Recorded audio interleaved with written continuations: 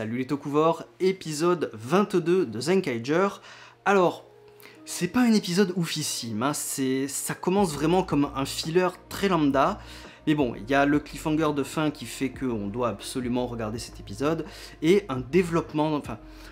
Oui, c'est un développement de personnage pour Gaon, mais il est pas si flagrant que ça. Mais bon, j'ai quand même apprécié l'épisode pour ce qu'il est, même si c'est un petit peu ridicule.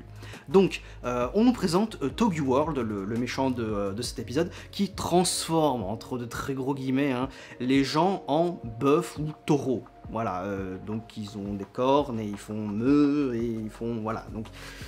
Voilà, c'est à ça que le plot de l'épisode, il est pas oufissime, quoi, hein.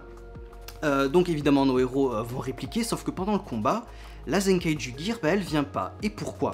Tout simplement parce que pendant que Gaon cuisinait, la Zenkaiju Gear a essayé de voler la nourriture que Gaon a fait pour Kaito, notamment. Et Gaon n'a pas apprécié, donc il a grondé la Zenkaiju Gear qui s'est vexée et s'est enfuie. Au passage, elle s'enfuit en faisant un row, mais alors sublime.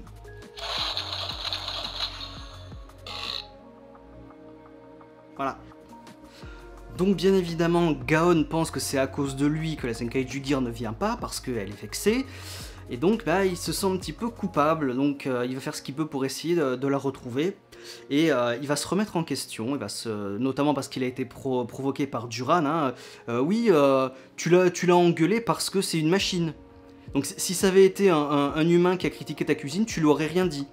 Donc effectivement, on sait depuis le premier épisode où Duran est apparu que Gaon est apparu, pardon, que Gaon est raciste. Ça, on le sait depuis le début. Il déteste les Kikainoïdes, il peut pas les supporter. Bon, évidemment, il fait une exception pour Duran, Majine et Vroon, hein, puisque ce sont les Zenkaigers.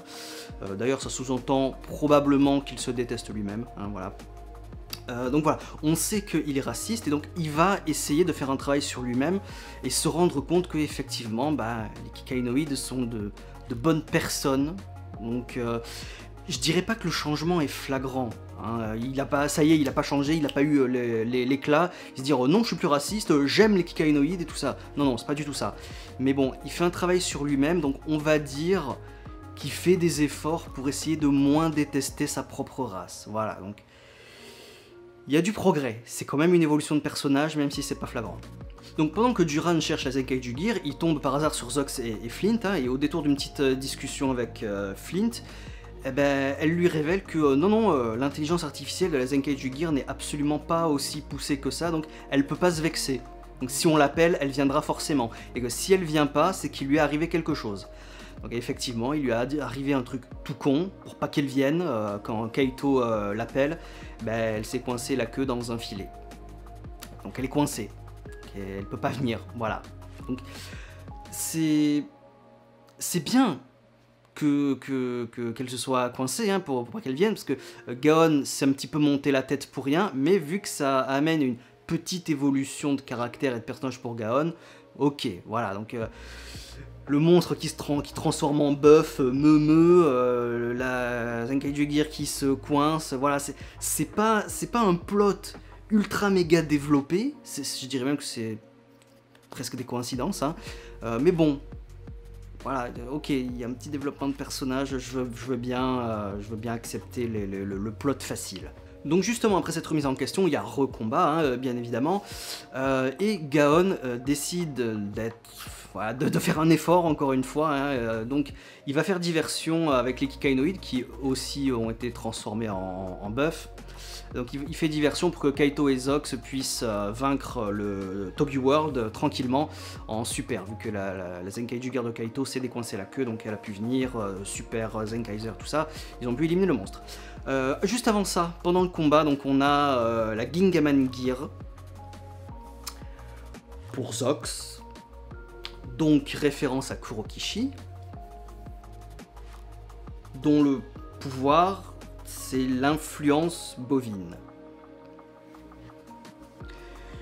Les humains et les Kikainoïdes transformés en taureaux n'attaquent pas Zox parce qu'il a l'influence bovine de taureau de Kurokishi. Je vais vous dire, ça s'inscrit dans la continuité de la série, quoi. C'est ridicule. Ça m'a fait sourire, évidemment. Hein, voilà.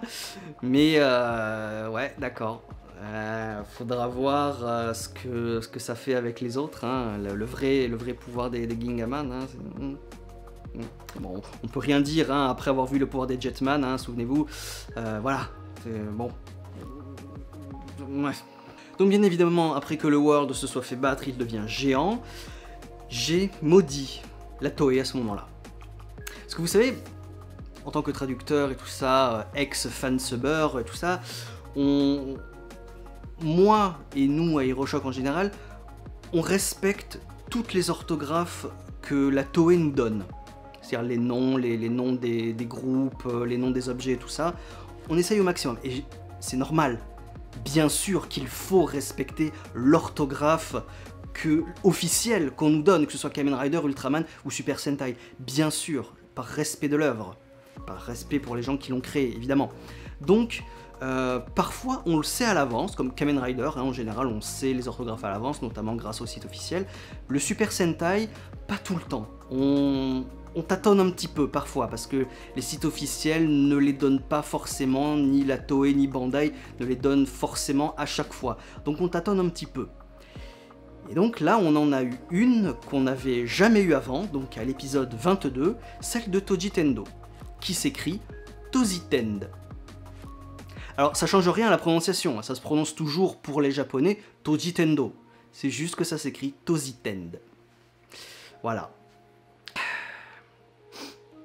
Ça aurait été sympa de la donner avant quand même. Parce que là, 22 épisodes, ça le fait moyen. Donc pendant le combat géant, on a une nouvelle formation de Kaiju, la Zenkaiju Drill, qui est bien évidemment un énorme clin d'œil à Goju Drill de Gokaiger, de Gokai Silver. Voilà, donc encore un clin d'œil, ça fait plaisir, c'est une série anniversaire, bien sûr.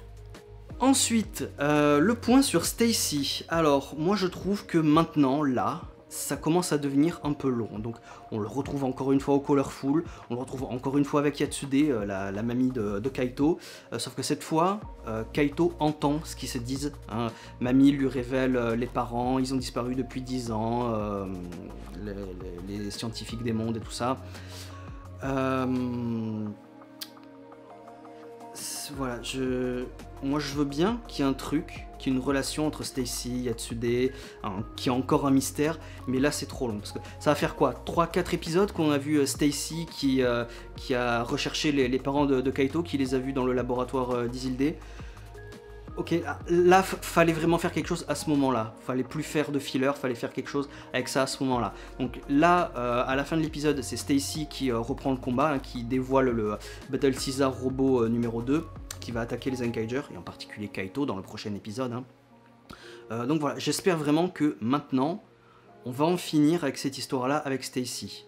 Parce qu'il dit à Yatsude avant de partir, oui mais je pense que c'est la dernière fois qu'on se voit. J'espère aussi.